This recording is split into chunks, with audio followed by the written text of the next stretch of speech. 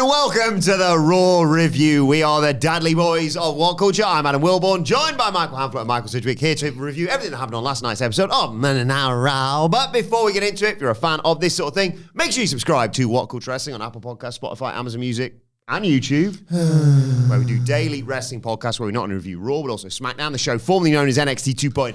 AEW Dynamite, AEW Collision, pay-per-views, premium live events. We have interviews, roundtable discussions, and a roundup of the week complete with a bloody good quiz, of course, on wrestle culture. As I said, though, joined by Hamflett and Sidgwick to review Raw, the go-home show ahead of Money in the Bank. The goated show ahead of Money in the Bank. Just this like nice period of the week where I can tell myself... Goated? Yeah, that I can tell myself the Fed might be all right. Like, come off the back of a long weekend thinking, how am I going to spin anything positive from that SmackDown again? I can't.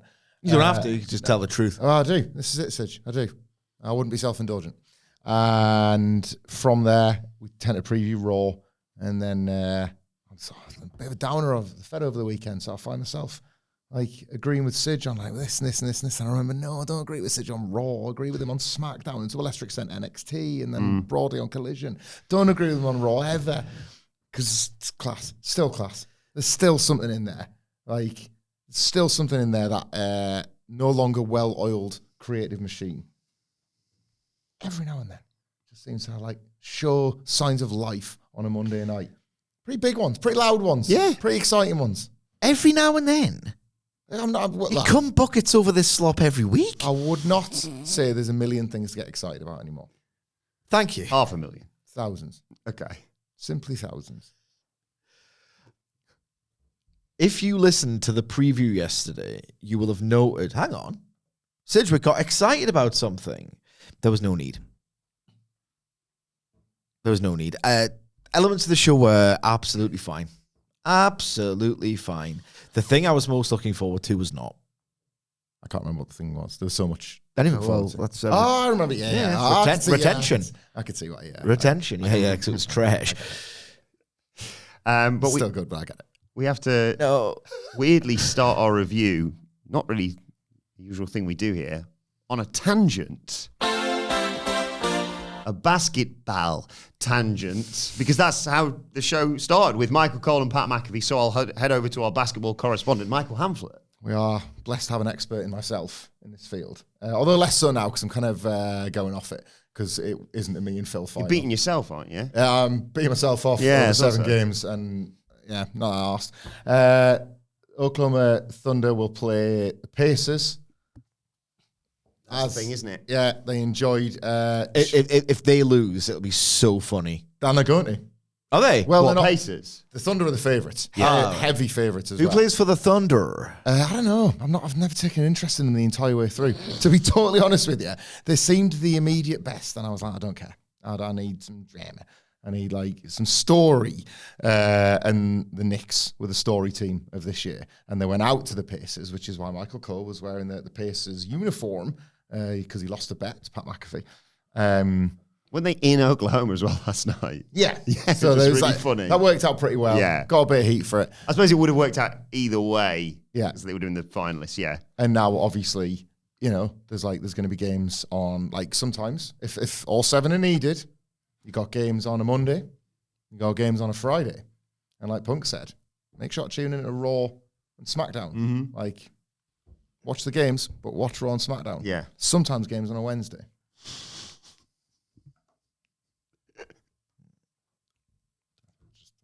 trying to bring it back to wrestling because I haven't got anything. I don't really like this one. I'm disappointed how it's turned out, to be honest. Really? They all playoffs. Because I'm like more interested in like watching it while drinking beers with my mate. And the other side of the Atlantic's a little far away now, isn't it? Yeah, too far, brother. Everything's too far away. 11 months. Mr. America over here. Yeah.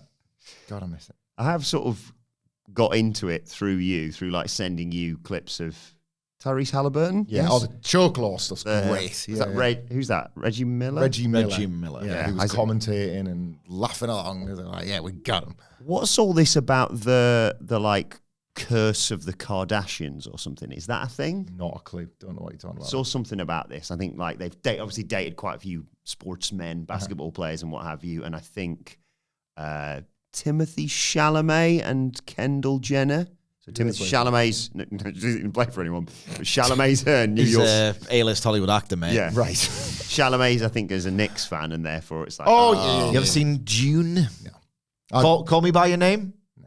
Call Me By Your Name's excellent. Little Women? I think he's in Little Women as well. Never seen. I've only seen two of his. More sort of two cultured. I know. I've seen. You seen? I know he's watched it. Is he? Nicholas, you're the cinephile. Yes. Hello. Ladybird, is he in that? Yes, he's in Yeah, that. I like Ladybird. Bit of a Ladybird. piece, Chalamet. He's so fun. He's beautiful. He's beautiful. Beautiful man. Wonka. He's Willy Wonka. Oh, he's Wonka and Wonka. Yeah. Wonka and Wonka. Yeah. Liked Wonka. Call Me By Your Name's good. Dune. Bit weird. Like, I was very. Did you ever very- finish it? Very. No, I've not finished it. Long, wasn't it? Um, Long. Too long. I was. I think it was a bad time to watch it, wasn't it? It was like I was tired, and I think we were flying back from Philly, weren't we? And I was like, "What's all this weird stuff going on?" And you just went, "Put the Meg on." And I was like, "Oh yeah, fair enough." I liked Dune. Put the Meg on. Put his hand in a box. What's going on there? Give Give it it the the leg. leg to the end of the scene. Like, Yeah. That's just what I'm doing. liked Dune. Seen Dune 2? Didn't love it. Haven't seen Dune 2. Didn't Lynch do a Dune? He did a Dune. He did a Dune. It was the real genesis of his actual career as an author. Like, obviously, he did Eraserhead, which is that. But then he had that flirtation with doing proper studio fare. Didn't get final cut. Is embarrassed by his version of Dune. After that, just set a precedent of I will never allow studio final cut over anything I do ever again. It took himself away from the mainstream and then proceeded his career from there. I mean, Twin Peaks was mainstream. It was on bloody network television, but, you know, and that also told him the lesson, reiterated the lesson that any interference he just couldn't abide whatsoever. But June, what's he called? Who did the Villeneuve? Dennis Villeneuve. Liked it without loving it. Basically, if I want to watch a 3-hour film about giant worms, I will watch Tremors twice. I love it. It's my take on Dune. Still need to have our lads cinema night where we watch Jackass 4 and Tremors. Yes.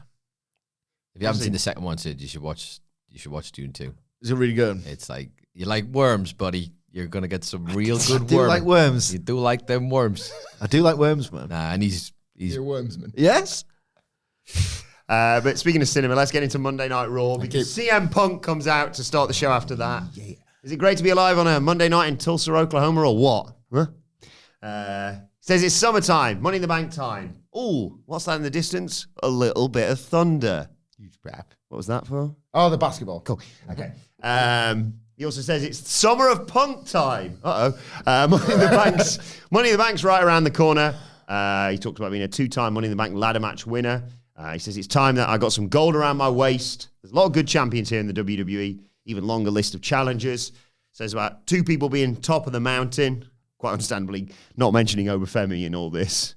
Good decision there, Phil. Says one's my friend. Goes by the name of Jey Uso.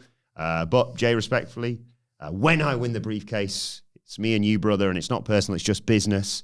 The second name on that mountain, maybe even more personal. His name is John Cena. Talks about cutting his teeth in the company, coming to places just like here where they go absolutely banana. And there's a shot of 2 people dressed as bananas as he does that for John Cena.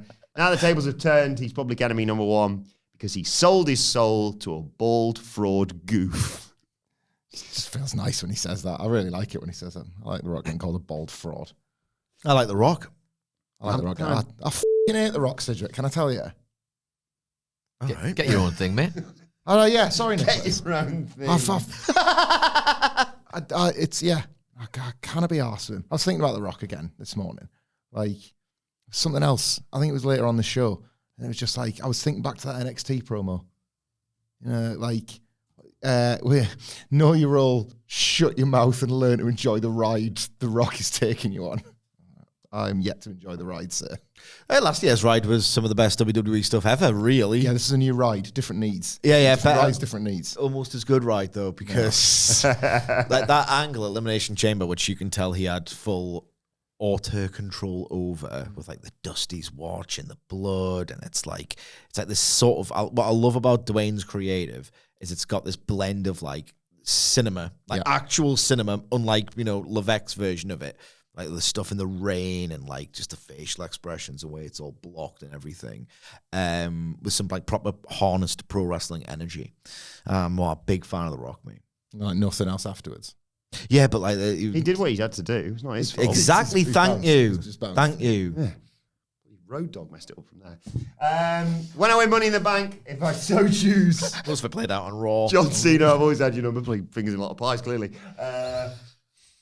Gonna pick the bones, you little bitch. We are live. It's Monday night, ladies and gentlemen. I'm no longer just happy to be here. It's still all about the money, but it's time CM Punk became champion one more time. See you all at Money in the Bank after I qualify tonight. Sami Zayn's music hits.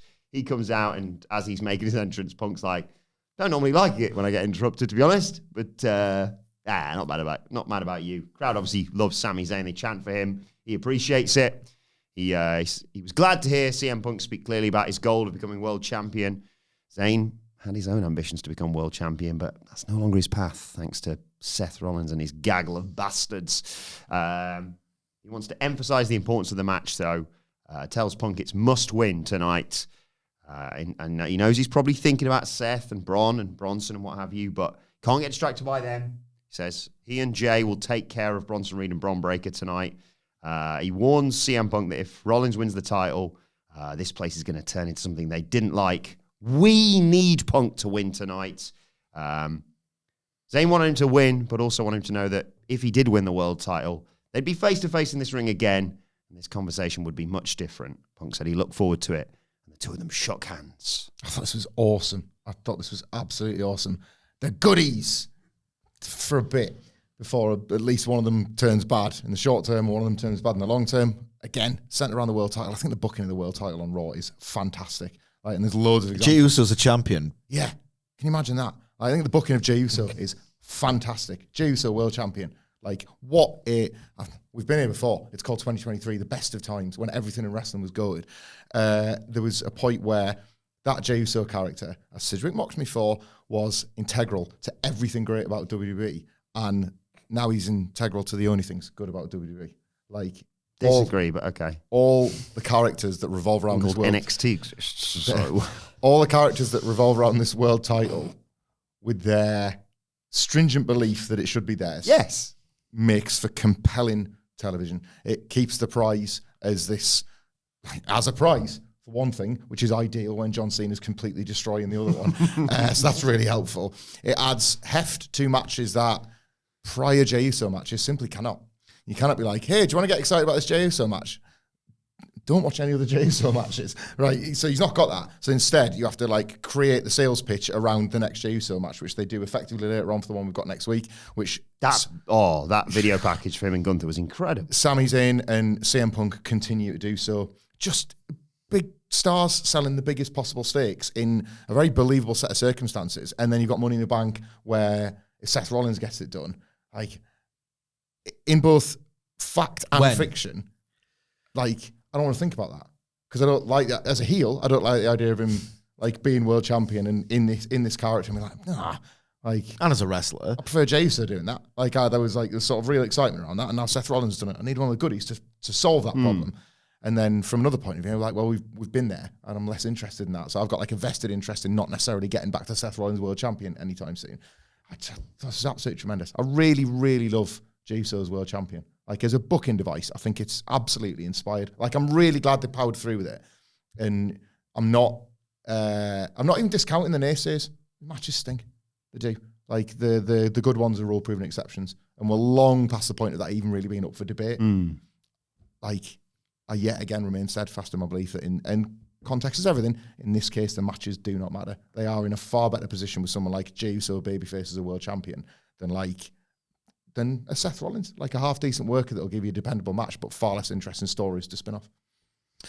I once described in the wake of Brawl Out, CM Punk, and if I don't want to relitigate all of that again on the Raw review in 2025, trust me, but when there was so much compelling evidence that CM Punk was the baddie, right? That he was pretty much the baddie, and that was that. That the conviction, the sheer conviction, and he does it in such an entertaining, acerbic way, the sheer conviction with which he speaks like, this was after Brawl Out. If CM Punk took 3 minutes out of his day to tell me that the earth is flat, I would kind of start going, you know what? Yeah. I remember distinctly using that exact phrasing. Like, he's so good. He is so good. Even when I don't particularly like him no more, when he's playing a babyface, it is CM Punk. He is so good. He is incredible at his craft. This was hardly his best promo. You'll probably forget it in a couple of months. And he does this every time, and it's getting a little bit... It's the way you have to do it, but the further he is from the world title picture, the more it's getting a little bit, yeah, you've done this bit. And it's still really compelling. So the CM Punk thing is, right, I'm done with this personal issue that's obviously still ongoing. Yeah. That will obviously bite me in the arse later in the show. And I'm going to then go on a quest for the world title. Rinse, repeat, rinse, repeat. It is getting a little bit boring in terms of the story beats, but the guy is still so compelling on the microphone that you'll just watch him. He's smartphone proof. He is the cult leader. The issue now is that it don't matter to me how good the promo is. At this point, what he's promoting is usually not very good at all. I firmly believe, and I will elaborate later, we have seen the last great CM Punk match. I'm sure of it. I'm absolutely sure of it. This main event was That was fine. Yeah, it was worse than fine, mate. But we'll get to it. Yes. Get to it. I love the dynamic, as you say, between Punk and Sami. And yeah, signposting they are clearly going to revisit this further down the road. And good news, if it's the summer of Punk, that means he's going to be world champion by November. So That's how that works. That's how summer works, if I remember rightly. Anyway, following this, Roxanne Perez. Can't wait for the bit where he's a scab and he capes Triple H by defending his decision to release R-Truth. Like that. Can I wear your blazer? That was... So it was like him, Sheamus. Yeah, it was a low ebb. The No anti-establishment guy becomes a scab. Yeah. 2 decades of Ebb City, and that was one of the lowest. It was unfathomable. Yeah. Like, brain scrambling. How has this reached this point? And then the heels, Miz and R-Truth, like being these like They beat him. villainous Avengers. They pinned Punk in the tag match. Punk Misremembering got that? pinned all the time. Yeah. It's the summer of Punk, where he eats all the losses and then... Got pinned by Triple Summer H. of Punked. That's good. All good stuff. Pinned by Triple H, pinned by John Cena, pinned by Alberto Del Rio, probably pinned by the Awesome Truth. But by Survivor Series. Survivor Series about was all his. Back in the game, baby. That was it. Survivor Series main evented by Get the suntan lotion out. main evented by Awesome Truth versus Rock and John Cena. Oh, yeah. Roxanne Perez runs into Liv Morgan and Raquel Rodriguez backstage. Roxanne, just trying to be nice, says, hey, I'll be out there for your match tonight, give you any help. And Liv's like, don't. I don't want you sabotaging my match. If you really want to help, stay out of my way. Liv walks up to IYO SKY and says, Kairi Sane got lucky last week. I'm going to win the Money in the Bank briefcase again. Then I'm going to cash in on you and win my world title back. IYO says, that's not going to happen. And Liv says, watch me. Watch me. Again, small details, but I appreciate them very much. Liv Morgan, the Money in the Bank it becomes this source of great debate because when babyfaces win it, there's something heelish about the very nature of a cash-in. Even if like you're Big E and you announce it and everybody loves you, it's still like Bobby Lashley's injured. Yeah. You're capitalizing, so it doesn't really work.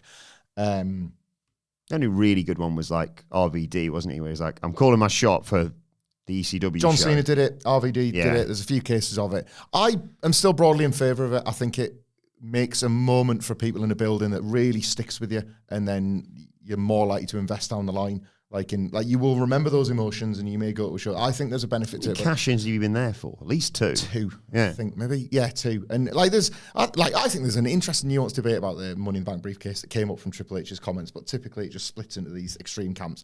The point I was going to make in relation to that was a bit like last week when like Liv Morgan laid out her route to getting back to the belt. This was a case of, well, I'm letting you know that I'm going to cash in on you straight away. There is a hidden babyface trait underneath that, which is important because you've got to receive a one-way in this Finn Balor Civil War, same as Dominic Mysterio. Like, he's kind of got to be a bit less of a dickhead as he has been in order for any of this to work. And again, I think it shows like care and attention. It's nice to talk about it like this. God, it's lacking on SmackDown. Like, I do like the dynamic of both world champions being very recent Money in the Bank holders who cashed in and won the title. What? IYO SKY haven't done it. Tiffany Stratton. Yeah. And IYO SKY's an interesting one because, like, she did that obviously as a heel, half as over as she is now. And they have this thing now where once you've done pretty much everything in WWE, you can't claim a screw job, can you, if you've benefited from it as well? Anything you want to say about Roxanne? Okay. No. There's a great video package. Backstage interaction, setting up a match. It's the proper stuff. Video package on the brilliant Stephanie Vaquer with subtitles. She talks about it's been a dream of hers to be in WWE since she was 10 years old. And then they also mentioned, by the way, she's also working Worlds Collide this weekend, which put the worries into me as she stepped up for this triple threat qualifier. Stephanie Vaquer versus Ivy Nile versus Liv Morgan. Vaquer wasting no time hitting the devil's kiss twice. Once to Morgan, once to Ivy Nile. Morgan breaks it up with a drop kick. Morgan hits Vaquer with the three amigos and suplexes the final one on top of Ivy Nile. But Ivy Nile comes back and hits both of them with a double German suplex to take us to a break. I will mention, during this match and definitely another match, the tag match, War Raiders and Judgment Day, we mentioned it on the news, there were smatterings of "We Want Truth" chants doing the rounds. That'll end this week, and it barely even started this week. Yeah, I thought mild protest, but almost pathetic. We said this is not the Yes Movement. This is not Cody. Who the f is saying that? I'll chin them. I mean, come on. Yeah, not remotely comparable. I'm getting Boss Baby vibes from these R-Truth chants. You're taking the piss. When we come back from the break, chin them. Vaquer. I said it right. Come in. Vaquer showcases that great dragon screw leg whip that she's got, but Nile hits a Tower of Doom powerbomb on both of them for a 2 count. Morgan hit a code breaker on both of them for a double 2 count. She also hit Vaquer with the Oblivion. Nile tries to steal the pin. Morgan, though, gets back in, breaks it up. Nile sends Morgan into the steel steps, but gets back in there, and Vaquer hits Nile with the SVB to get the 1, 2, 3 and punch her ticket to Money in the Bank.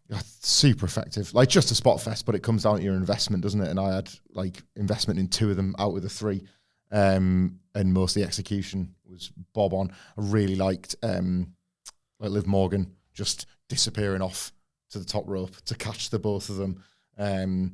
The visual pin on Stephanie Vaquer was interesting because, again, it does show that, like, that babyface strain that, like, Liv Morgan has ascended, like, way beyond just a mid-carder that can get beaten for the benefit of a Stephanie Vaquer. So the booking shows great faith in her, and as a wrestler and as a character, it makes it look like, oh, on another day, maybe I've got you beat. But Stephanie Vaquer obviously comes in, the spotlighted figure. I did like how, so they've obviously told Pat McAfee, you're going to have to do the Booker T spunking thing. Oklahoma counted along. Can we just change it to counting? Doesn't have to be coming. Could be counting. Like 1, 2, 3, 4. Oh, that's fine. Like Drew McIntyre. Why come when you can count? Exactly. We've always said that. Everyone says that. Everyone says that. And finally, we're seeing it play out on Raw. So I'm fine with that change. I hope Oklahoma kind of affected some change there. Like, what a great debut for Stephanie Vaquer in a series of great moments that she's had in this 6-month run that feels like it's about 2 years. Yes. Like, they do that NXT video package. It's a speed. They're not telling you it's a long-standing thing. It's a speed run, but you'd think I've done everything there is to do around there. That's true. Yes. You just did it over the space of a few months, and that confounded expectations feels unfair. But and I don't think it's an accident that the later on you get the visual of her with Rhea Ripley. They're telling it's WWE code for telling you, care about her, get on the hype train now if you're not on it already. Not hard to crack that code, is it? No, but some people still it's can't. The Jericho code from back in the day. X plus what? It's like the enigma. They're telling you that, get on the hype train. Yes. By Royal Rumble season, she could be somebody that could win at WrestleMania. Are you missing back in some winners? Because here's one. I still maintain. You're right, I think that she could win. Go with it all the way. Yeah. I thought that as soon as she lost to JCN, I was like, I think they might go the whole way with this, and I'm banging in favour of it as well. This match is fine, correct? Nothing more, nothing less. Yeah. Thank you. I was expecting a little bit more, if I'm being honest. But if you're going to look at this detached, objectively, they had one aim. Make sure Vaquer leaves this arena as a wrestler that you must pay attention to, who is over the most rudimentary showcase imaginable, realistically. And also at the same time, the beauty of these Levesque triple threat matches is that you can advance a story and determine a winner all at once. No, it's the matches are never that great. Hang on. Top five Levesque triple threat matches. Oh, you don't remember them. That's not the point. You enjoy the story in the moment and then forget all about it. Is it better or worse? Serious debate time. Is it better or worse? We have to than a predictable qualify it as such. Yeah. Predictable singles tournament where when we mock that too, we're fair, I think. We take the piss out of those tournaments. Tony Khan's getting better at these, but those tournament brackets when it'd always be like... Getting goated at these, if anything. The Owens were unbelievable this year. If sort of, I don't know, like Hangman Page can get past one half of the crew, for example. Yeah. Those days... You're still living in 2023, that's a problem. Or in the past. God, what you forgot... I miss it so much. Yeah, what you forgot about is Raw's not getting very good in AWS, so get into 2025 like the rest of us. But what I'm saying is, the possibility of some storyline advancement over just a match that is predictable, I don't think one is necessarily worse than the other. You've got it in your brain. And I know what it's from. It's from 20 plus years of Monopoly rule that there has to be a choice between one flawed thing and another. I'm not. I'm asking you what is worse. These triple threat matches, evidently. Why? Because none of them are very good. But it's who the remembers same any of those format. tournament matches for their quality when there's such an obvious winner and loser, and it's like, oh yeah, here we go into this again. I would argue there's more discernible quality coming out of it. The match has got to be good, and some of these. Not remember Danielson Jarrett from last year. Well, barely. And I should do because it's Danielson Jarrett. It was unbelievable. I'm just saying. I think when you take the piss out of it for being well done, they've managed to advance a story at the same time as putting somebody else over. I think that's good. No, it is good, but then at the same time, the matches rarely are, and they are predictable. Who's taking the fall? Is it Ivy Nile or Ivy Nile? Oh, Jesus Christ, guys, it was Ivy Nile. So they are predictable. Look, this match, as I said, I'm being nice about your little box ticket thing. All three of us yesterday predicted a different winner in the main event. But 99 times out of 100, it's fairly obvious what's happening here. Anyway, I'm being nice. They had a very simple job. I know you do. Three of the best triple threats ever across WrestleMania weekend. I was told they were going to be bad, so... You weren't told that. You weren't told that. Triple threats are bad. And then First of all, I've got one broad point to make. Maybe we should reel back on this argument stuff, right? Second of all, while he started it, I'm not doing this. No. I'm not doing this. Look, Vaquer, the crack the secret code of... After this, we'll end the arguments and the pissy stuff. Yeah. Vaquer. After this. Yeah. So I can have the last word and then it's definitely finished. That's how I win. It's the worst victory ever. Anyway, it's did the job with Vaquer. But I've got a salient point to make outside of, our bits. Not that we do them. No, don't do them.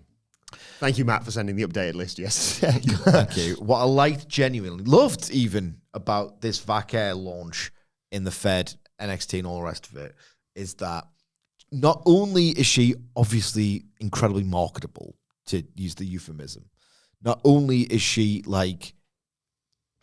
just a big star from the jump, is that her matches, which to me count and have helped her, are pretty great. Yeah. Back and forths, pretty dramatic, high level of work. She does things in that ring that make me make noises, not the Booker T ones. Actual, oh my God, there was a great shift in momentum. Yeah. Look at the arc on that high spot. It's all very good. It's all very good. This Devil Kiss stuff is the long-standing rap on WWE is, it's so odd how it's become the monopoly to me. Is you think it's a Champs League, it's a Saudi Pro League. You can just go get your retirement fund, put in minimal thought and effort into your matches, because it's a simplistic, easy bit of crowd interaction and all the rest of it. Is this happening with Vaquer already, or is it in danger of happening with this Devil's Kiss? It's I love the fact that she was crafting stuff down in, of all places, Wilbourn NXT. Now it's They didn't even wait 2 goddamn seconds, right? Devil's kiss time. Get to your yeet before the commercial. Aye, she's in danger of becoming the caricature now. And it's one of those, right, where... Might have been because it was her first main roster match. Yeah, but well, it wasn't. But yeah. I worry now that on a week-to-week basis, previously, NXT should have been really putting some stuff together. Put it this way, she wrestles Rhea Ripley WrestleMania 42, just as an example. Oh my God. Yeah, I've got no doubt whatsoever that match at WrestleMania would be awesome. They'd lay it in, stiff each other up. My worry is that now that she's on the main roster and she's got the Devil's Kiss, that it's just going to be Nakamura City Jones until WrestleMania. She's got the cheat code to getting over in front of a WWE audience. And by the way, like, Pat McAfee deserves an award for being even more irritating than Booker T. How do you accomplish that? How do you accomplish? I reckon he was leaning into how stupid he is and how obnoxious people find him. Certainly that felt like it was with Cole and McAfee, like, oh, not bad, or whatever he was saying. But McAfee's more irritating than Booker T, and they like did a speed run to get to that spot. Just a little red flag of how this main roster run could go, because a lot of people are saying, it's going to be amazing, and it probably could, and it still might. Yeah. But you've got to be broad. You got to cover all the bases. There might be a little political base here. We're talking about multiple bases. When there's like sometimes a lot of gates, there could be some bases here. She might have done it straight away. I know it's not a main roster debut, but certainly this was her showcase match as opposed to the 2 she had as the NXT champion. Was it a case of, let me get to this straight away, just to remind you whose move it actually is Charlotte Flair? Because a lot of main roster fans have seen Charlotte Flair nicking it and doing a really poor job of it, by the way, including at WrestleMania. She has done it before, but that was really bad form to take it at WrestleMania, I thought. And I wonder if there was an element of either acting under a little bit of advice. They're always working. They're always working. Like, they're always zooming. Who's zooming who? Who's zooming who? We've been asking since the 90s. We have. Raw Vince Russo made magazine. us ask repeatedly. Yes. Even when we didn't know who the Who's were. Who's zooming who and who's in cahoots? And who could be a hell of a stellar athlete, 35 pounds lighter. Oh, the Big Show and Mark Henry. You keep saying the names, Jim. Following this, Paul Heyman approaches AJ Styles backstage to wish him a happy birthday. It's time to play the game! Time to play the game! Ha ha ha! How old's AJ Styles? 48. 47. But he was always like the kind of go-to old guy for a bit, wasn't he? Because he passed 40. Yeah. 48. I can tell you, AJ Styles is the same age as wrestlers like Sylvain Grenier, Kevin Thorne. You could have done that in a scary voice because he was a vampire. Kevin Thorne. Good. Hiroshi Tanahashi. James Storm. I should watch a clip of him pushing Mickey James in front of that train today. Bobby Roode, Gail Kim, Titus O'Neil, Bobby Lashley, Dirty Bertie, and Stephanie McMahon. 48 years of age is correct. Yeah. Well done, Michael Sidgwick. Thank you for that. Yeah, there's a button for this. No, not that way. Do the applause. Bingo! Like my applause.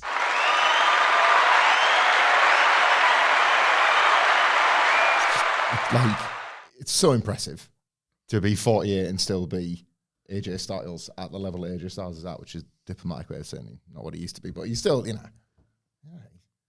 years younger than Bobby Fish, and he's like going like this. Yeah. Like, you gotta respect that. Now you said the name. And I mean, folks, where's the lie? Just again to reiterate, as Michael Sidgwick often does, that's not a pandemic show. This fan's in it. Yeah, right, Sidge? Yeah, he's on the moon.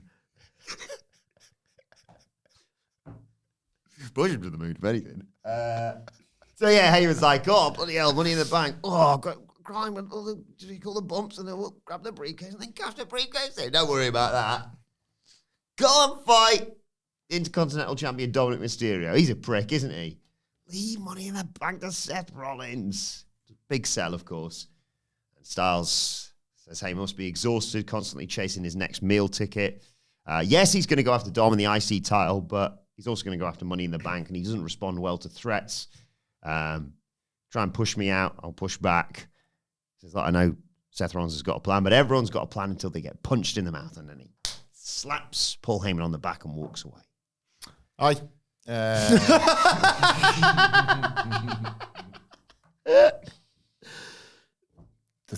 Found a bit weird together on screen. I don't think Seth Rollins is going to win Money in the Bank. I just see a lot of like obvious. Yeah, it's done deal. I do. Do you? Yeah, I wonder if this is who wins for you then? Well, I predicted El Grande Americano to win the triple threat because I think he's going to win the whole thing. Like, I wondered if this was a bit of foreshadowing and CM Punk's going to run in and punch Seth Rollins in the mouth, like climb up the ladder, knock him off the ladder, and, like. That's what I thought would happen. Cost him winning. I think Seth Rollins wins, but I don't think he fails, but I don't think he's successful, if you catch my drift, in cashing in next Monday. That obviously ramps up the drama for that, which I can see that, but yeah. I don't know, for some reason Nasty bet? Nah. Because it's I like... still owe you. Oh, I would like, get one today for it. I was going to get it today. Was corned beef? What was on you there? know it. Oh, yeah. Derby, Everest, fair play. Amazing achievement. Yeah. Incredible. And Derby did well to climb it as well. That's good. That is excellent. This is such a twist. Sidge, I know you had a lot to say about AJ Styles and Paul Heyman's backstage interaction here. There's a Rusev. Got Seth Rollins versus AJ Styles again. Whoopee. To be fair, right, I reckon they've actually got a bit of chemistry. Remember, was it Money in the Bank 2019? Oh, yeah. AJ Seth. Oh, yeah. Blew my tits off. AJ and Seth, they did it against someone That's else. 6 years ago, bro. But still. I think they had a Pando one that was pretty good as well.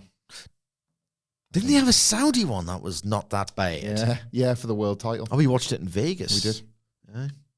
Yeah, they've got decent chemistry, those two. I mean, you're right, it's all... I couldn't care less, and it's all in the past. It's all in the past. Money in the Bank, 2019. That was really good.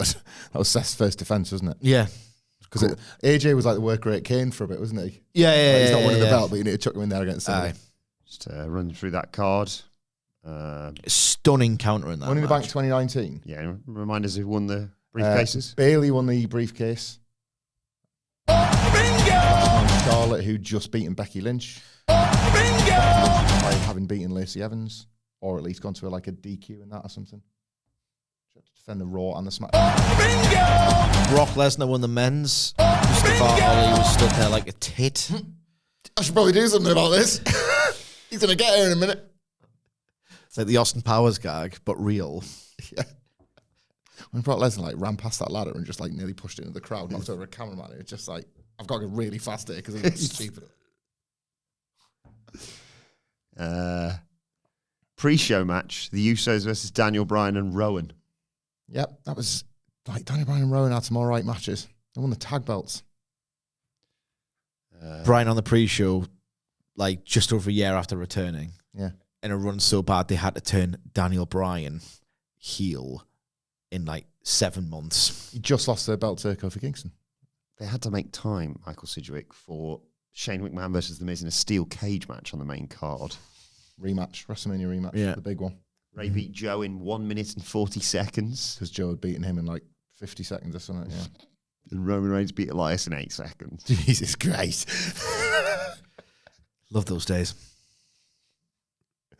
Only a month out from the Graveyard Dogs. So there was always something coming. But also right around the old Stomping Grounds time. Yeah. The old entire half curtain. The half curtain, and still the funniest thing.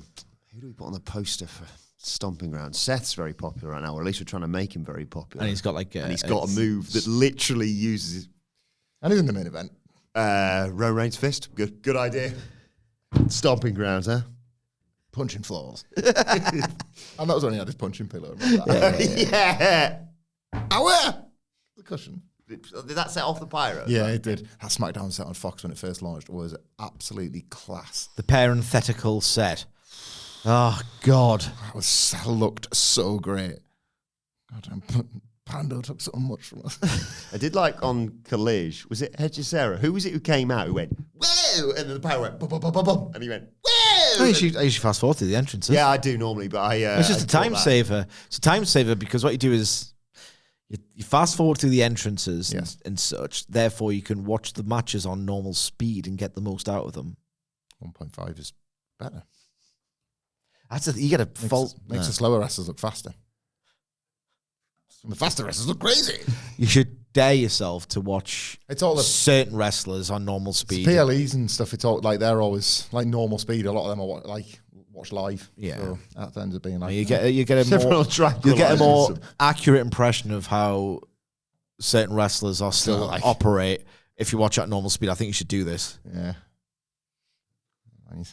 Dynamite undercards. You see how miserable I am on the preview days. Like that's Tuesday. You go like sort of. I'm really excited now. Let's throw it to Hamflett while he's bored rigid by at least 1.5 speed gets me through it, brother. Like there. There's a Rusev video package. He's not appreciative that Sheamus was disappointed in him last week. He thought they were friends. Sheamus didn't help him though, falling into the abyss. He says Sheamus has got a body of granite but a neck of sand, and Rusev has the one move that can end him. Stay out of my way or I'll snap your neck, he says. Then Sheamus is backstage with Akira Tozawa, Maxime Dupri, and Natalia. Says, keep your heads up because you've got heart. And then Kathy Kelly interviews him, and he says, look, we go way back, me and Rusev. He was a groomsman at my wedding, but his career imploded because of his own bad decisions, and his career outside the company lasted about as long as Rusev Day. Why is he back in a push spot? Why is he back in a pushed spot? Why is he back in a pushed spot if he spent lots of time in the abyss and he was bad? His time away lasted as long as Rusev Day. What, 5 years? Well, that mean Rusev Day would have gotten dead over then. He calls Just shut up. Yeah. These need to shut up. Calls Rusev a bully, says he bullies bullies. I don't like that. What is it, 2012? Nia Jax. Remember that? What? Sheamus didn't like bullies. Was that a thing? Oh, and he was kicking cats out of trees. Sheamus didn't like bullies when he was a babyface, but then was a bully again when he was a heel. Yeah. Yeah.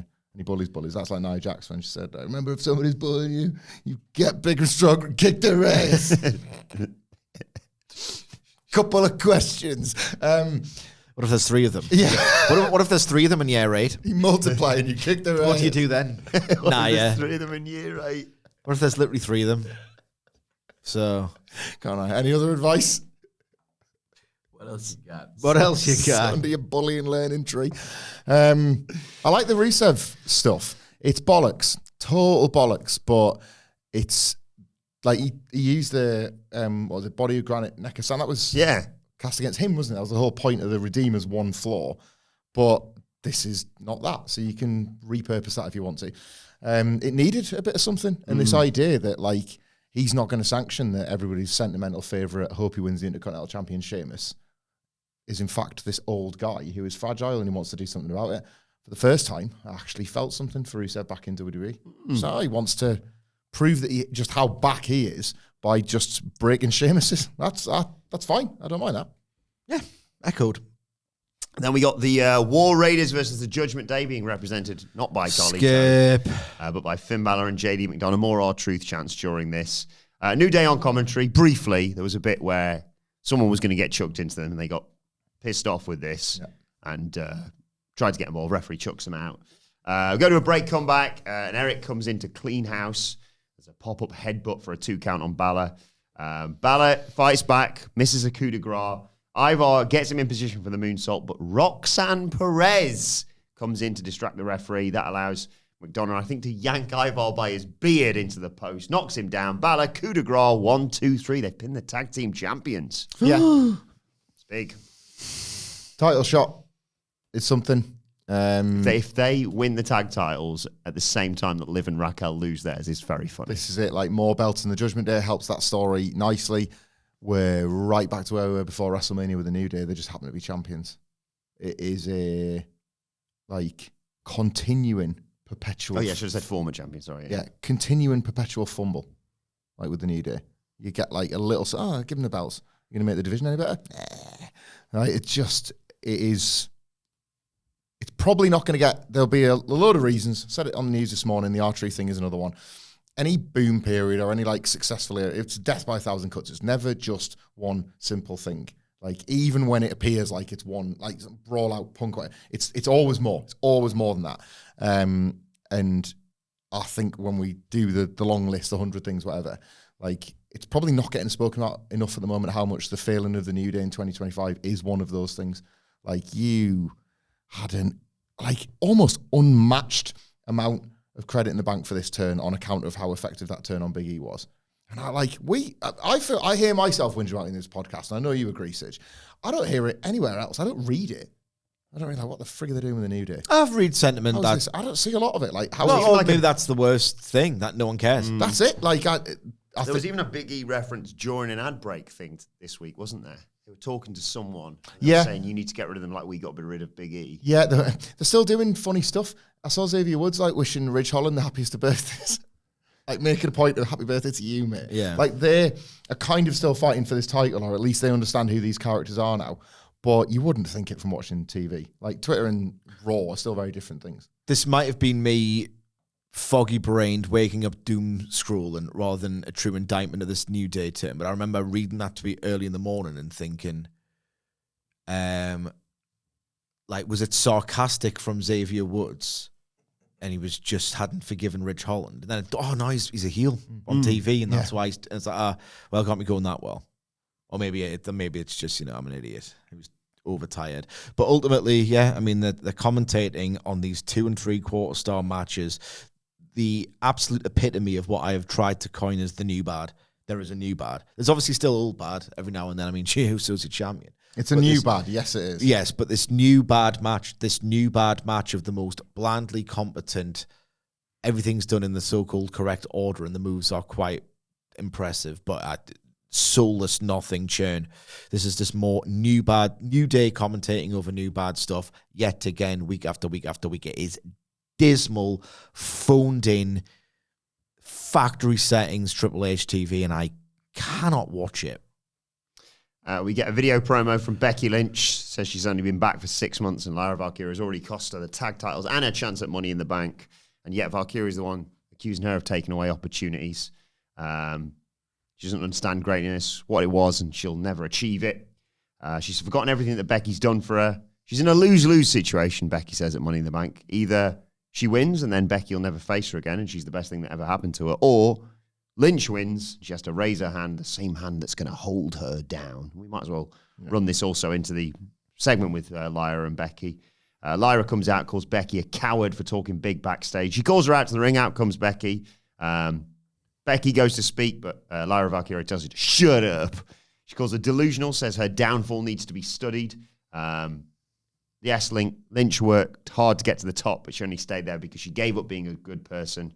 Valkyria says no one's hurt the way Becky Lynch has, and now she's given her what she needs to beat her. She fires up. She says she plans on beating the crap out of Becky Lynch to make sure she could never poison what it meant to be women's IC champion. And Becky says, I think it's your perspective that's poisoned. You just want a reason to hate me. You want to replace me, but nobody can do that, says Becky. I don't want to hurt you. I want to make you better, but that's changed now. And you're going to have to raise my hand on Saturday. She storms out, does Becky. Valkyria says, let's have a bare knuckle fight right now then. Let's have a preview of our match from the weekend. And Becky says, I don't fight in Tulsa. I fight in Los Angeles. I'll see you at Money in the Bank. And they brawl as Becky Lynch tries to leave. Lyra chases after her and they fight. And officials have to separate them. I love this story. Lyra Valkyria, I like when as well. Like Lyra Valkyria, the invisible wall thing. It's always just nice. Because it's easy. You do just forget it, but it's like, that you're there and there's ropes. So you say you not want to fight me when I want to fight you. You're going to have to do something about that. So I felt like, again, this would always happen with Punk in WWE. And it's like, obviously there is that little bit of, but what's actually going to stop them doing that? Can we think about that or whatever? And you sense that it's being applied here because I'm guessing, I do not know, just that I sense Becky Lynch has loads of agency over programs and like on evidence, so she should as well. This has been supremely effective in getting Lyra Valkyria over to not the next level, but our next level. Win, lose, or draw at the weekend. And I think this is a good, I can see why people would see this as a negative. I see it as a good thing. One of wrestling's jobs is to sometimes make nothing sound like something. And the raising of the arm is one of them stipulations that in the wrong hands or in the wrong feud is nothing, really. But this idea that by that, and Becky Lynch's like killer line as well, that like raising the arm, like, and you're going to raise my hand so I can put it on top of you, and playing this character of somebody that actively wants to hold people down, like both politically behind the scenes in an acknowledgement of that world, and then out front when she beats them up. I think it's quite a interesting character to try and make. I think more characters should be like this. The enough knowledge that people have of what goes on backstage, because Triple H will frigging tweet videos of it, by the way. Like, it's not the easiest thing. We've seen loads of wrestlers fail at trying to bring that reality. CM Punk fails at it, like when they reference the Elite or the Jack Perry fight, whatever. Referencing the reality and making it make sense of the fiction is not easy. And I think they've done a really good job with it with this Becky Lynch thing. And what Lyra Valkyria is fighting for is not just to keep the title, but to keep the position she's earned to achieve that Becky Lynch is now striving to take away from her in this like selfish act of somebody that knows she's been moved on.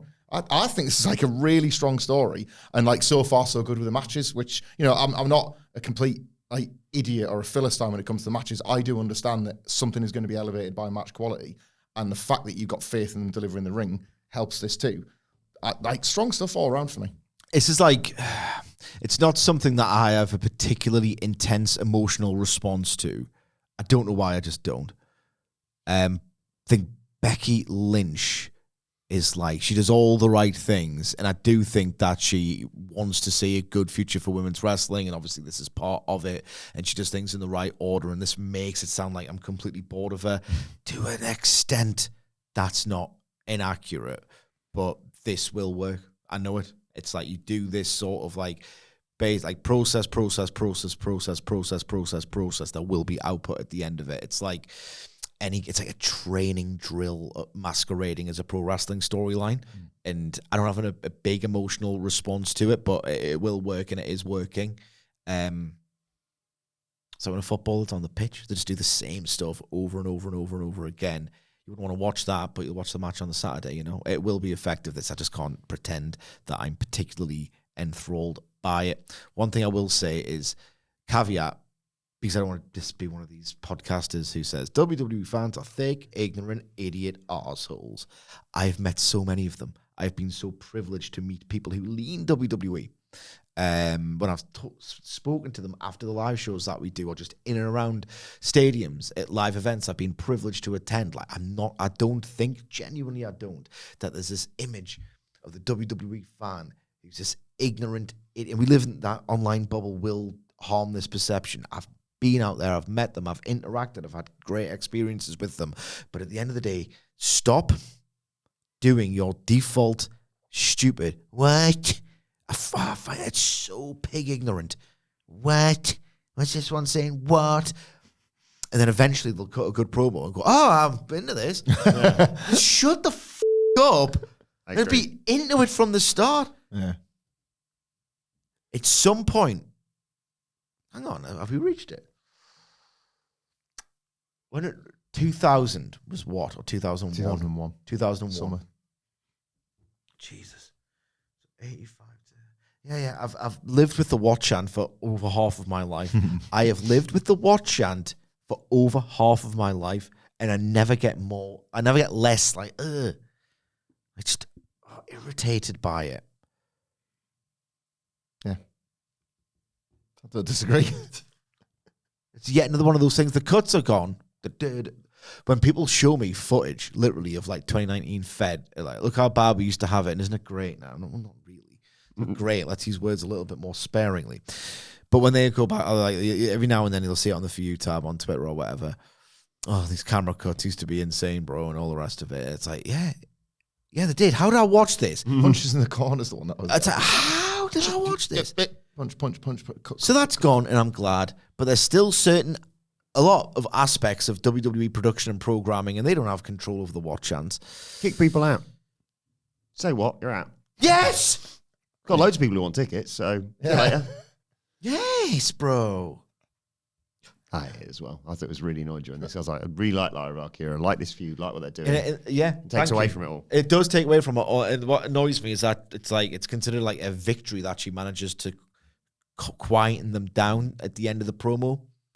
just don't do it in the first place, people. But please stop doing it. It's really, really, really obnoxious, and it never gets less obnoxious. I don't know if they do it anymore, but when we went at Dynamite in Vegas, they had the rules and regulations thing up, and it was broadly just be nice to people. It was more about like how you behave amongst like fellow fans more than anything else. But there'd be no harm in doing that same set of rules and regulations, but also like, no, what? Under threat of being removed from the building. Like they're telling people there and then on the big screen. If a steward catches you, you will be reported. You will be removed. Same as beach balls. Beach ball. Beach balls and what? Drinking in the terraces in football, it's the same deal, isn't it? If you get like people take the hip flasks or whatever. I would never. So. But like if you get caught, that you know the deal. The steward will spot you. Yeah, like imagine that. Yeah. Like lifetime arena ban from WWE if you're caught doing a what chant. What? However, there is the scenario where like there's those awesome beer vendors, and like rather than saying pardon, let's say somebody who is ill-mannered says is asking what they've got. What? Oh no! No, you should say pardon. You should say pardon. It's one of my biggest real life like pet hates is instead of sorry, pardon, or like phrasing it as like sometimes like what, but like you'll soften the what because it's a word that depending on how you say it can be interpreted as like really like rude. Yeah. What? What? Or I'll just go, what? Like, I'll try and soften it, or like do a little bit of flight in my voice, you know? My worst, and it's like, I think in America they'll go, huh? Huh? With a furrow of the brow as if like they're like, huh? They're angry at it. No, I'm not finished the rant, sorry, bro. In the northeast of England, so I'll try and make it more universal for like the rest of the world, which is America. There's two countries, obviously, England and America, and there's two wrestling companies, AEW and WWE. So I'll try and make it broad. You can enjoy both countries equally. Indeed. In the northeast of England, the equivalent, Yeah. Yeah. Oh, yeah, I hear it going, who, man? Laura! Just say, Laura, pardon. It's not hard to not be a that's the, you know what I mean? Is the, is that a little bit from television? We fixed the trains with you, so that's our next one. Yes. But like television's rude Americans. How like nobody ever says like hello or goodbye on the phone. What? Okay. And the phone just goes, is that how you do it over there? Like I'm asking. Oh no, I am asking. I need to know this so as well. Weird, isn't it? When, like they're just like they'll pick up the phone. Got it. Okay. Go for Hamflett. Yeah. Goodbye. Pleasantries, sir. Yes. Yeah. Huh? I'm gonna start doing that. Not that we do bits, but if we did, I might start doing that. Excuse me, sir. Can I check your credentials? What is the website that you work for? What? Get out. Oh yeah. Okay. Yeah. Oh, wow. Nice dream that was. In amongst all this, by the way, in between the video promo of Becky and the Becky Lyra segment, there was the bit with Stephanie Vaquer backstage. She briefly gets interviewed by Kathy Kelly, but there's the moment with Rhea Ripley, who just simply says, "See you on Saturday." Gets everyone very excited. Yeah, fans like nuts for this. It was awesome. Yeah. Star stuff. Hang on 1 second. Back to Michael Hamflett. They're selling a Tyrese Halliburton shirt doing the... Yeah, you want it, don't you? I do kind of like it. Like, I didn't know anything about this, and then when he did Much like AR Fox. Yeah, exactly, yeah. And he stood in a wrestling ring, also like AR Fox. Indeed. The choking gesture, basically, on a shirt. is now on a WWE shirt for some reason. I assume they just own everything Halliburton since he and... popped up on SmackDown or whatever it was. Jalen Bronson, yeah, the New York Knicks guy. It was just nice to be able to. I like getting to see that climax, that Pacers Knicks game from the other week on Raw. It was just nice again when basketball invaded for a second. Yeah, he steps back and he gets a 2-point. And I used to feel stuff. Because he didn't win the game with that, did he? Because his foot was on the line. It was a 2 instead of a 3, so it went into OT. I have a question. I might not have an answer.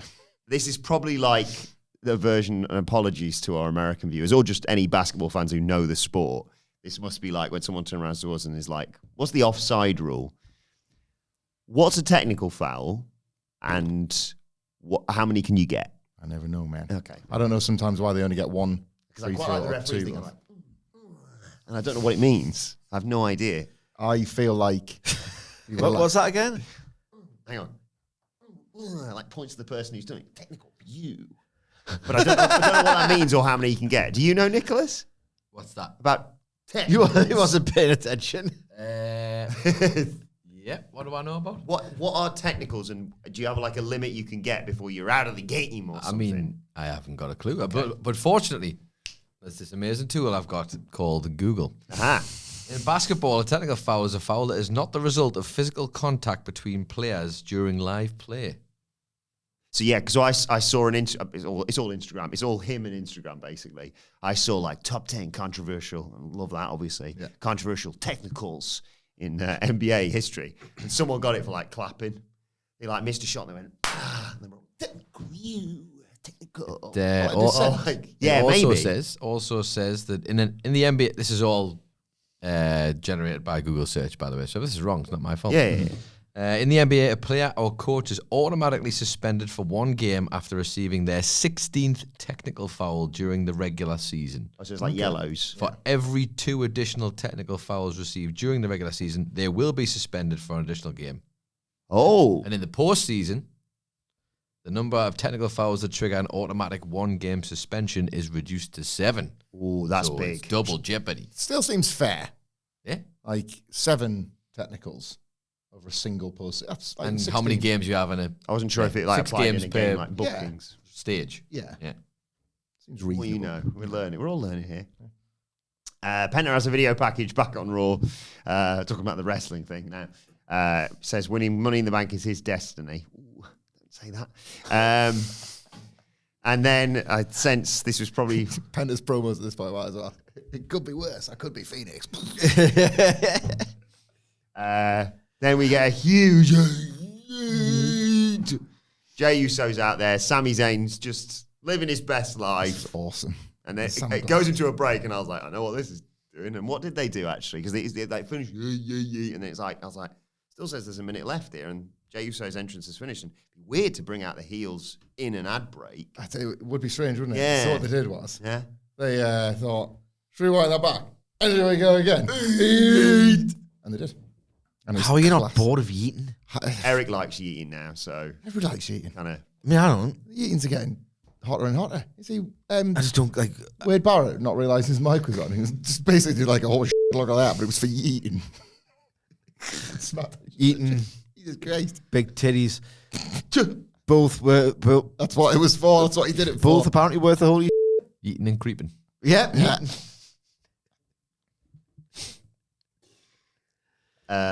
Eating and beating. Oh. Don't surprise. Speaking of great entrances, That'd be by an the way. attitude here at Jey Uso. She wouldn't like, eat off. Yeah. Eat me off. Val Venus one that it's just written in cum. Just drizzling cum. Eat my ass. These nuts. Yep. Yeah. I had that for a while. I love it. Oh, good.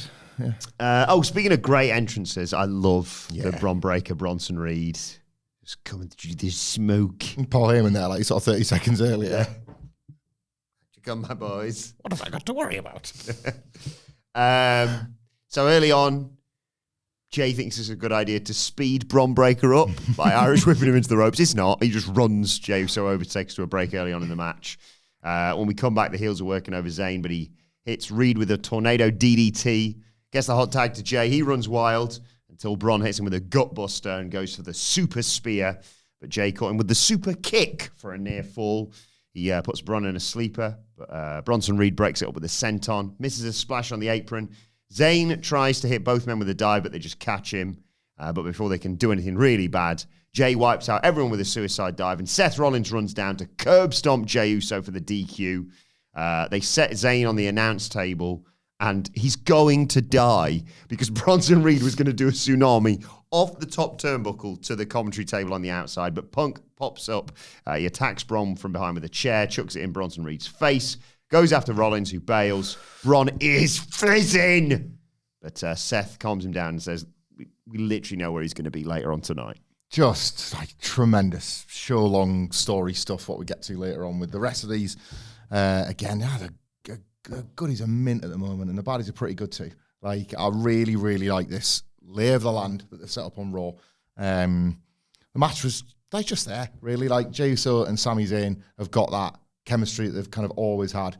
Beloved figures, so they don't need to do, and Sami Zayn especially, you've seen this for years now, don't need to do as much as they might have previously done to remain as over as they are. But I thought the heels had a good night. I still think there's a bit of a proving ground for both of them in different ways. Bron Breakker working as a tag wrestler and how to adjust who he is a bit as a worker at the moment, like, while Bronson Reed has to get a little bit more explosive in short bursts. We know that they've always got the big prolonged attack that they can go to at the end to make him look a monster. But I think I would imagine from an ego point of view, he's thinking, I cannot be made to look lumbering next to Bron Breakker, and Bron Breakker can make a lot of people look lumbering. So I think he's probably mindful of that. I also really appreciate the little details they seem to be putting into the aesthetic. I love the entrance, and the currently the black on black gear they've got, I think, is fantastic, because in Bron's case, it's just like stripped all the joy out of what's fun about what Bron Breakker does. And then at some point or other as well, those little details, they're going to add like the splash of colour, and then you're going to invert them, and then you're going to get to have all the fun with that as this like act develops and grows and becomes bigger as well. I really, really love this, like, this main event picture. Again, I think it contributes to the Jey Uso title reign and the run. I mean, don't care. Seth does a lot of damage to this feud, doesn't he? Yeah, like, Seth. So I'm trying to think if I could lift out Seth and put in another heel. Like Seth Rollins in 2025 doing the top heel. I couldn't possibly care less. But away from him, Bron Breakker making not insignificant improvement in his in-ring game. Like, basically headbutting Jey Uso's sole of his foot to make the super kick look like something, crumpling to the floor, his bumping's improving. Like, he was always like on defense, not particularly great, not believable, but I think he's quietly getting there as a pro wrestler. Bronson Reed does nothing for me. Seth Rollins does nothing for me. Jey Uso does nothing for me. This is all. I'm telling you what I'm really looking forward to. And I know it's Tuesday. I do know it's Tuesday. Is a babyface winning the AEW World Title. I've had my fill. And yeah, the Death Riders is working for me, only because we're near the end of the big heel group that's throttling the entire company, and the babyface alliance needs to bring it down. Like, I feel like that's been done in wrestling a lot. And like the mere concept of it is a diminished return. The fact that the execution is now being led by Seth Rollins means I don't want to watch it anymore.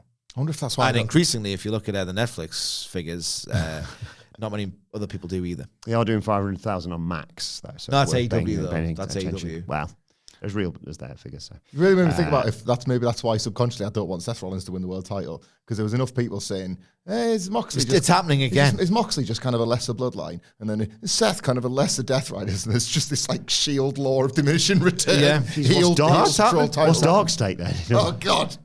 I mean, let's face it, it's not the friggin' Dangerous Alliance, is it? It's certainly not the bloodline. Jesus. I know there's not many, I will say, in its favour, there's not many terrible invisible camera segments where Sami Zayn and Jey Uso are making sure no one can hear their backstage conversation, which is, of course, filmed in front of in front of the entire world. Come on, so they were between two production trucks. How could anybody see them? Liv Morgan joins the Judgment Day in the back, and she says to Finn Pro Balor, wrestling is inherently an idiot plot, by the way, which is why I have a problem with the medium. Speaking of which. She says to Finn Balor, I know what you're trying to do, trying to bring in Roxanne Perez. What are you talking about? Says Balor. Hey, she helped us win tonight, so benefit, if anything. And he says, look, I know Roxanne's coming on a bit strong, giving him chicken nuggets. But you can trust Dominic Mysterio. She's like, it's not Dom I'm worried about trusting. And Balor says, look, your trust in Roxanne Perez will come with time. Why don't you let Roxanne join you at ringside for Raquel's match? Morgan says, no, you babysit her and stay out of it. Morgan leaves with Raquel. Then Dom's there. He's wearing a Carlito t-shirt. And he apologises to Balor for throwing the chair in that subsequently his head got stomped into on last week's match. But Balor smiles and says, hey, water under the bridge, and slaps the IC title that just so happens to be on Dom's shoulder. And Dom notices this. I did, yeah. I do really like that. It's the who's zooming who, because maybe there's a twist rather than just the obvious, well, Liv and Dom are the baby faces and all this. And like, what if they're not? You know, what if Dom is still such a sleazy bastard that he does turn on another partner in Liv Morgan to go with Roxanne Perez, or what if like Raquel Rodriguez in the background, because they were playing a thing for a while where she kind of seemed to like care a bit more for Dominic Mysterio than Liv Morgan when Liv Morgan was title obsessed, and like they can almost treat themselves to any payoff here, and I think it'll be satisfying. And I like the play between all these. Get to the point. They won't. It's Levesque, but you know what's happening here. I'd have to wait 8 years to get there. 2 nights SummerSlam, mate. Yeah. Got to fill one of them with all of these turns. That's how it happened last year. It's a year on from the last implosion of the Judgment Day. It wouldn't surprise me if they save it for the I don't like the Judgment Day. I like Dominic Mysterio. I do. I love them.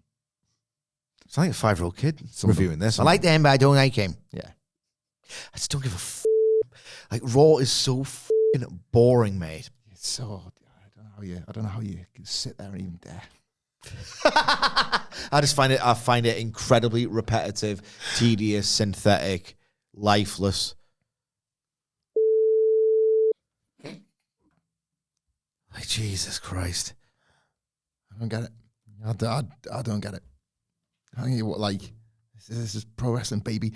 This is the real show of the week. Like, this is the one. This is the one. Dynamite is also very good. Those are the two. I don't. There's one in between them you're missing. So it has its moments. That's the best one. It has its moments. Every single segment. Of every moment. Every moment. Kairi Zayn versus Raquel Rodriguez.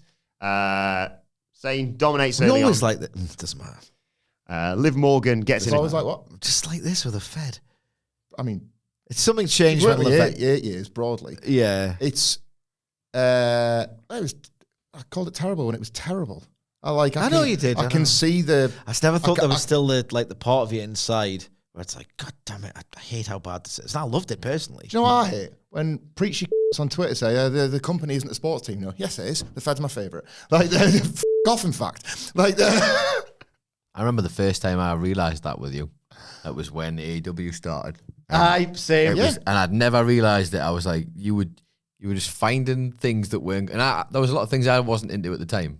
But I just remember how specific it was. And I was like, he really, what's the thing? And then I realised it was because you had such a passion for WWE. Yeah, I was totally wrong. Like, AEW was great. And it's happening now. When it's getting great, I'm not going to sit and be like, well, that's not great. That'd be bad faith. Yes, that would be bad faith. I just didn't realise how much you loved it. I love it in the sense that I always want to love it. That's what it is. Yeah. But I can say when. Oh, no, I know you say can. when I I know. don't. But Is I would it like rather. comparable to Sunderland?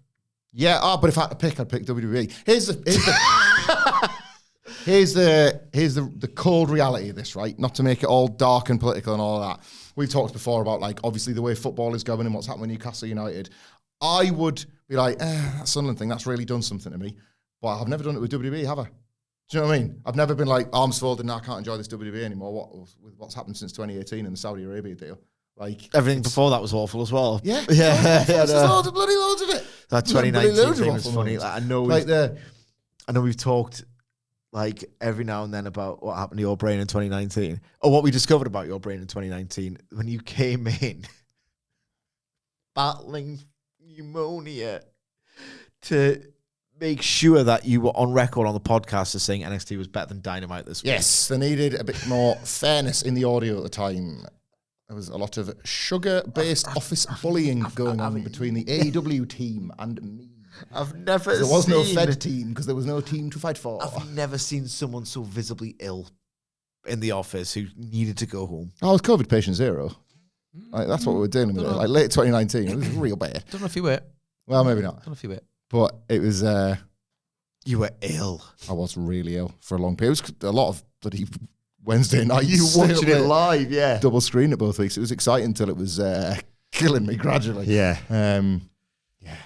I couldn't cope. I couldn't cope with like you and Murray just being like, oh, wrestling's back. The wrestling we love's back. I was like, I thought the wrestling you loved was wrestling we all loved. It was New Japan, and that's going to be gone forever. I wasn't wrong about that.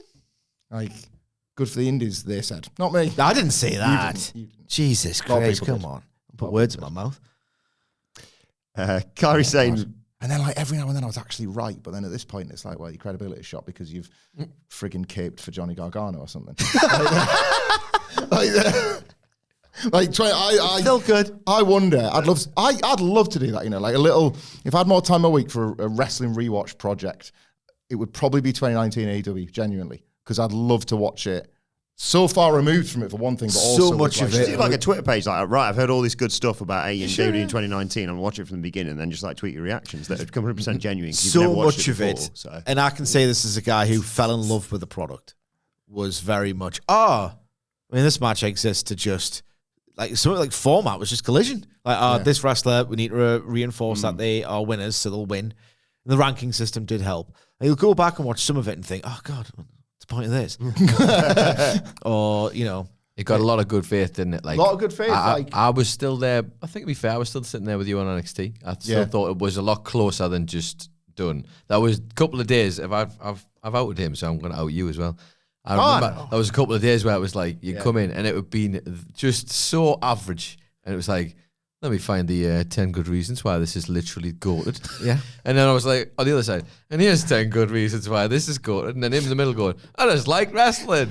I remember once, I forget what, I can't remember the segment, but it was obviously something we were enthusiastic over. We was talking in the office, and I remember you just coming back from the toilet or something and saying, are you still talking about NXT? It was like, it was almost like this disbelief that of a Thursday morning there'd be like any excited conversation. Yeah. What? Like that was, it was like an earnest shock. It was like, It was the he's talking about that. It was the Balaturn, wasn't it? Might have been. Yeah. That was a Balaturn one, which was like a Like a you might have even bicycle been at kick. my it was house for the that.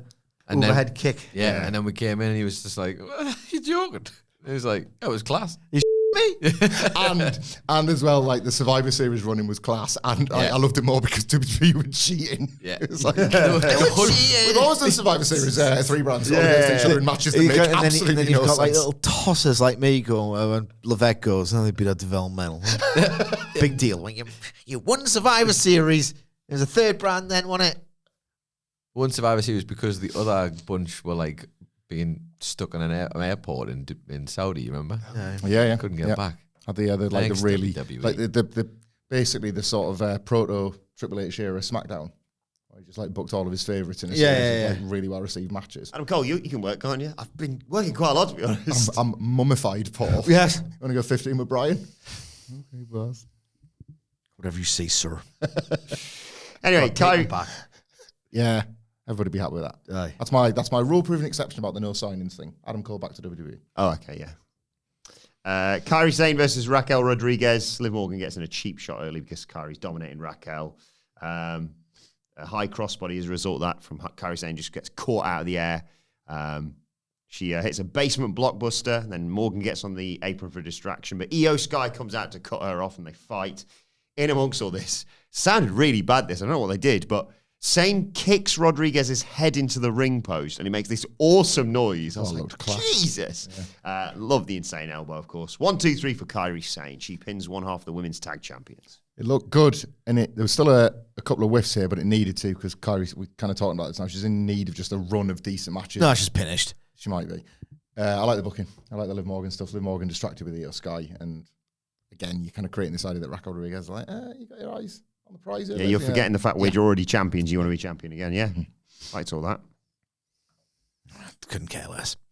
I'll tell you what you will care about, and that's your boy, Karrion Kross. Yes, here he is. Sami Zayn's getting checked over by the We trainer. did this yesterday, bro. I love this. Oh my God. And Sammy's like, why are you so bloody obsessed with me? Kross is like, I think you're a liar. That's why I've got a problem with you. You lie to them out there, you lie to everyone watching at home, and you lie to yourself, Sami. You could have been a champion 10 times over if you did what you needed to do, because I know you're capable of doing very terrible things to people.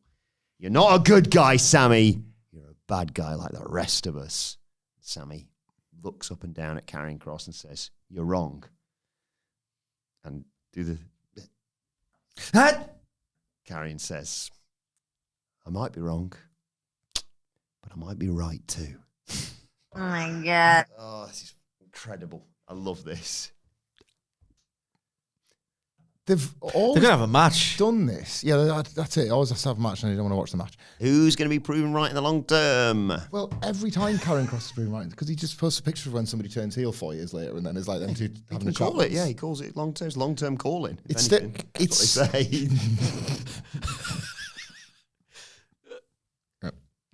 It's still that, but once upon a time we used to rip the piss out of that for how fake it was.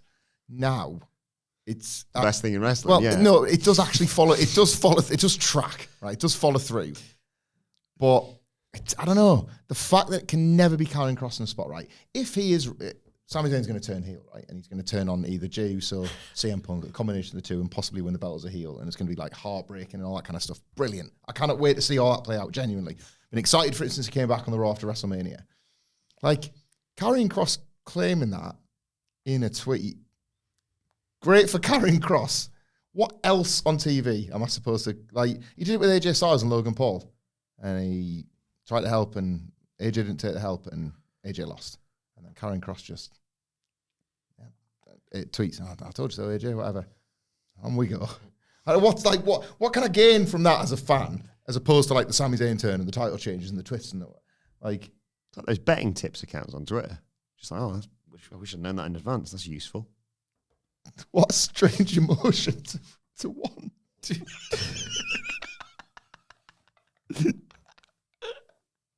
I too Make enjoy some What money did you off. just say? I drifted off. Make then. some money off it next time. I too enjoy Go his into your bookies and say, performances. I want to bet that Sami Zayn's going to turn heel in the next 6 months. Karrion Kross is a tipster. That's what you're saying, Biz. He needs a new vocation, to be honest. He does. Odds mate of Karrion Kross. He's not a professional wrestler. William Hill. All right, yeah. I like his performance still. I pop every time he comes on my screen. It's like the best. If it was just, it's the best sight gag maybe ever. But like the wrestler himself is going out there and telling people, I want a world title, I want to be the biggest star. So he couldn't be further away from wanting to be a sight gag. But that's what it is. And it has been for like 5 years. It was 4 years ago, wasn't it, when like he like really shockingly came back on the main event of that SmackDown and like beat up Drew McIntyre and then stared down. He went in Roman black Reigns. and white. Yeah. That's how long he's been doing there. He's still living. Look what happens to people. Like, when Ciampa got the grey hair, probably because of me. Honestly, he's It's funny. stealing a living. I get it, you know. There's something there. I get it. There's never a payoff, ever. Ever. Not a proper one. You know what you need to do, don't you? Let it play out. Weird. There's a video package on Julia. We talked about it on SmackDown. It's good stuff. And they run down the cards for Worlds Collide and Money in the Bank this weekend, of course. A brilliant video package as well that's well worth checking out if you haven't seen it, for Jey Uso and Gunther. And then Gunther sits down next to Jey in the locker room, says, look, the world title's personal to me. I appreciate the effort you're putting into being a great champion. But you think with your... No, you refuse to think with your head instead of your heart. Gunther's going to take the title back because Jay's too selfless. He helped his friend Sami tonight. Now he's less than 100%. He might even help Punk later. He's helping Cody on Saturday. None of that is the business of the world champion. Gunther thanks him because he knew the moment he lost at Mania, I'll just avenge it. In 1 week, the party's over and Jey fires back. 3 letters, 1 word, tap. See you next week, G. That's brilliant. That's absolutely brilliant. Brilliant. Brilliant. Like the idea that, well... Like Abbey Road's brilliant. Who's she? You've seen him, man. Don't be... She worked Tony Inoki. I thought this was brilliant. Like this Jey Uso character, everything that centers around Jey Uso is peril. Everywhere he looks, right? His friends, his enemies, the challenges to his title outright, like simultaneously do and then not at all respect him. The fact that they put this in the exact same place they've been putting these Sami Zayn ones. And Gunther's like, I've come to where Sami Zayn tells you that he's your best friend and we all think he's going to stab you in the back. I'm telling you I'm going to stab you in the front. I'm going to do it with a chop and I'm going to take your title. Like, I love this Jey Uso title run for this purpose. They might flip the belt next week. Like, it might be Gunther or it might be somebody that cashes in Money in the Bank or at least in a Better. But that how are we thinking that? Do you know what I mean? In a Triple H WWE, how are we thinking that? It's because this Jey Uso character is supremely effective. He's loyal. He's got his amazing traits. What Gunther's saying is correct. Like, he is going to risk constant injury through what? Being a good egg. Like, that's relatable. And yet, he's a world champion. And I he's would not risk constant. I'm not relate to that. He's not able. He's a wrestler. He's not able to balance that as a character, balance the pressure of being the world champion with the fact that he's a good guy and he wants to like help his mates. Like, that's top babyface stuff. Yes, I know then the bell rings. But like, I really, really, really believe it's never mattered less with Jey Uso. Honestly, I think this storytelling is so good and this character is so believable that the match... He's a caricature. People love him and he loves people. Like, there is such a heart in this whole thing. Like, and Gunther, the most obvious heartless. Sami Zayn, the one that's got to break everybody's heart. CM Punk, the one that keeps telling you, sooner or later, this is all business. Like, Seth Rollins, the twat. Like, they're all bouncing off this character. Like, he's a beating heart of the show. He's the one guy that's there for Cody Rhodes. Like, everything's crumbled around Cody Rhodes and Jey Uso is there, as Gunther says, to his immense physical and mental expense when he should be eyes on the prize for next Monday. It is, I kind of agree with them on this. It is a bit like the end of the world is Saturday with Money in the Bank, but also next Monday with Gunther and Jey. If you like him, it probably works. It's the Jey Uso spider web, you know? Like, there's loads of things. I get it. I feel nothing. And he is rubbish. He's hopeless. It has to end in a match. They're always rubbish. You should write eat on your glasses. What to work with them, and then see it through his eyes. This creative decline is real. Agree. Raw's numbers are bad. Agree, allegedly. And people like streaming numbers can kind of be used both ways. And people like to turn up to these shows. I am watching it. I'm watching the real one. There's something that happens. You're watching a different version of reality. We're all experiencing different realities. I know this. None of this matters when you get to the thing that's meant to matter. I feel like I'm going mental. Yeah, but the thing that's meant to matter is his entrance. I'm not doing I know. Yeah. And then the entrance. But you talk let's be real here, right? Then the entrance furthers and increases the unbelievably deep investment in him. And yes, the match How happens, unbelievable is it when it's people just doing yeet because it's a fun thing to do when they're out having the night out versus the body of the match where no one could give a toss? Because it's not an emotional reaction. Though. When he wins, he does it again. And yes, that doesn't fix the body of the match. I am aware I'm not answering your question with the answer you need, but I am providing the answer. If and when he retains, then everything I've just described about how he's this beating heart and how he's everybody's friend and he's losing, that gets bigger and bigger and bigger. The stakes get higher with every time he wins because he's always expected to lose. Your description of he's a good guy and people love him and he loves people, and I get that the plot and the actual atmosphere in the buildings is people want to turn up and do the fun yeet thing, and then when the match happens, they don't care. They want Jey to win. They're investing in Jey winning. What's that Bron Breaker match? The importance of a winner and loser here, like the result, you're not wrong about the body of the match, and it's almost all. But as of a it top as well. star, obviously they want him to win. He's a top babyface, but But there's been a million. It's not babyfaces and heels, 2024. It's not 2023 in terms of how like creatively rampant the product is considered to be, or like the numbers. It's you could argue he's a failure. Yeah, or it's been a poor decision, or things could be better if he wasn't on top. I think there has been far worse heel and babyface champions where you don't care about the result. And I think with him, people are living and dying with him when it matters. You know, like the last 3 seconds or the continuation of a title reign. Like he's losing him. He's losing him in every headlock. I'm not disputing that. Yeah, the Gunter match needs to be better than. We should just move on to the main event. I'm sorry. It's my fault. I can't relegate this every single week, and I cannot wait for him to drop this title. I can't wait to stop talking in this loop. I think it'll be sad when it's over. Like I know you will. I like the drama. But then the loop begins again. I won't. Do you know? Let's stop the loop. Well, let's break the cycle, man. Main event. God. Final qualifier for Money in the Bank. It was CM Punk in pink and black gear. That's right. Versus AJ Styles versus El Grande Americano. Punk and Styles wisely asked the ref to check for a metal plate in the mask of El Grande Americano before the match starts, and then they just team up to beat him up and chuck him out of the ring and fight each other. I saw a tweet. Is this right? The last time they fought each other, George Bush was president. Is that true? Yeah, it will be, yeah. 2004. Blimey. Grande comes back in, hits running headbutt on Styles, poses, but Punk hits him with a running knee, and then tries to take off his mask. I wonder if Javon Evans was born. He's like a 2004 guy. Yeah, he's at WrestleMania 20. We come back from a break, and Styles hits a backdrop on Americano from the middle rope. Punk hits a diving elbow drop on AJ Styles. Americo this time gives Punk a running headbutt, and it's a nice release German suplex on AJ Styles with dueling chants of "He's Chad Gable" and "No, he's not" coming from the crowd. Americano tries a flying crossbody. Punk rolls through, though, gets him up on his shoulders, but Styles hits them both with like a DDT combo, inverted DDT thing. Americano then puts AJ and then Punk in ankle locks. Punk rolls through and sends Americano into AJ Styles, who hits a Styles clash, but Punk breaks up the cover. Punk then jackknifes AJ Styles, but as Styles bridges out of it, Americano hits them both with a nice moonsault.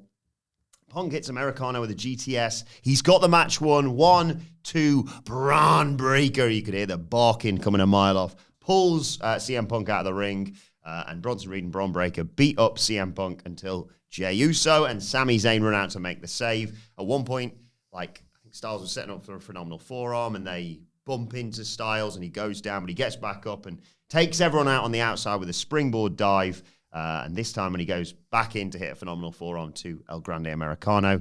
Americano hits a mid-air headbutt with possibly a loaded mask. We never saw it, but come on. Have you got your suspicions, OTJ? Yes. And for some reason they mention Chad Gable is going to wrestle at Worlds Collide, and then El Grande Americano is the final spot in the men's Money in the Bank ladder match. Stephanie Vaquer doing double duty that weekend as well. I'll just finish off the show because Rollins runs down to attack Punk. And Get him out of the way. Awesome spear from Bron Breaker to CM Punk. Zayn attacks Bron, but the heels jump all over him.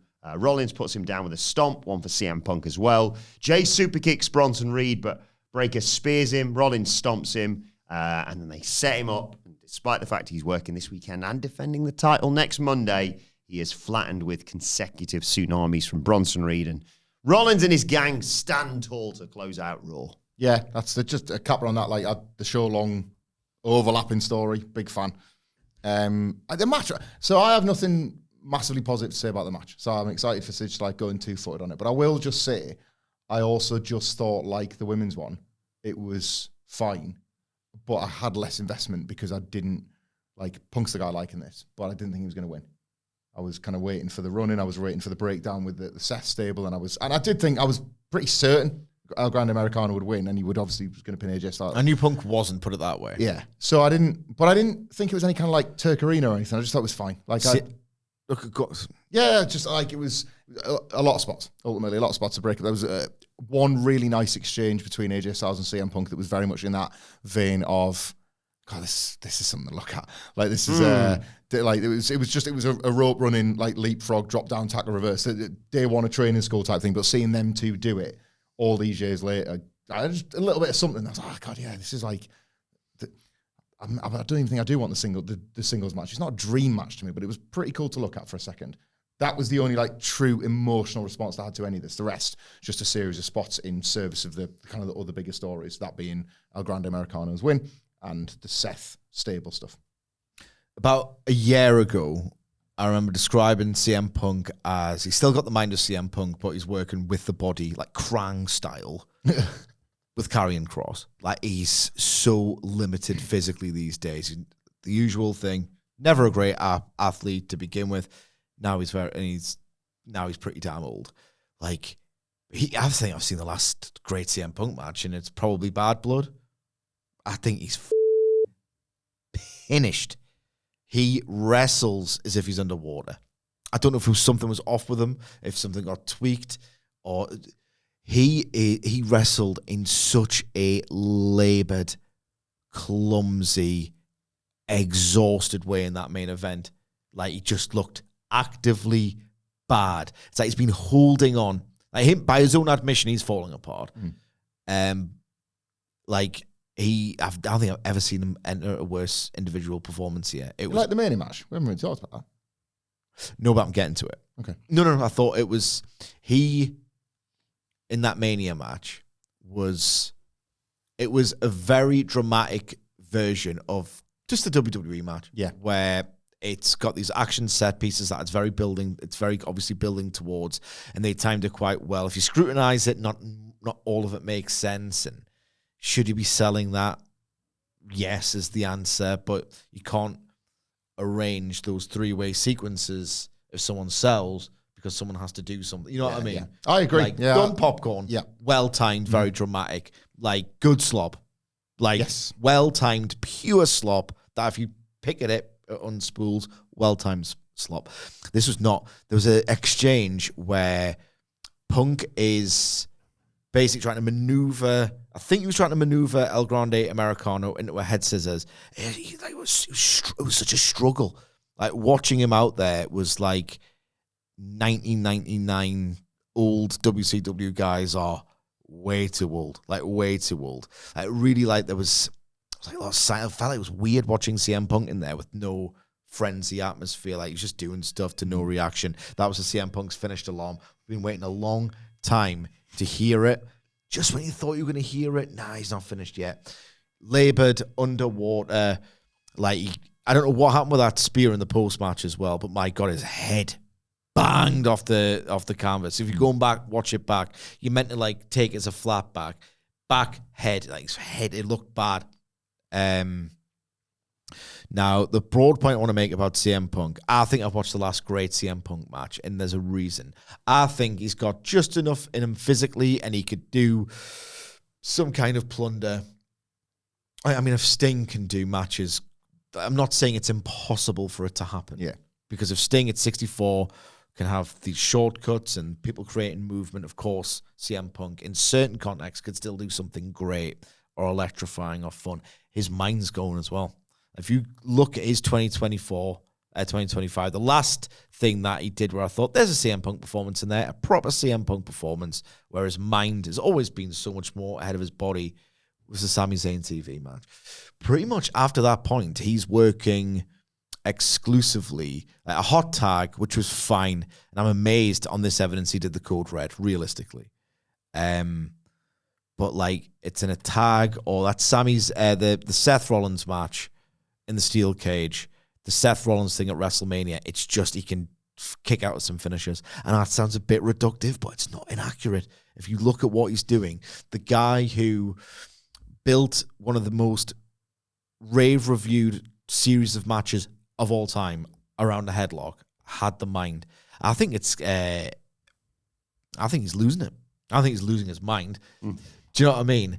I think... Or is there an element of the, you know, as you described with Stephanie Vaquer, the settling in? Like, everyone can settle in, even a CM Punk?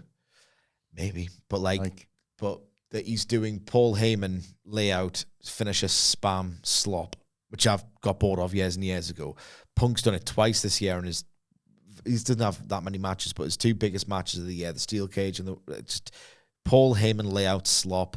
This was every triple threat match you've ever seen, and he struggled to get any sort of dynamic action out of it.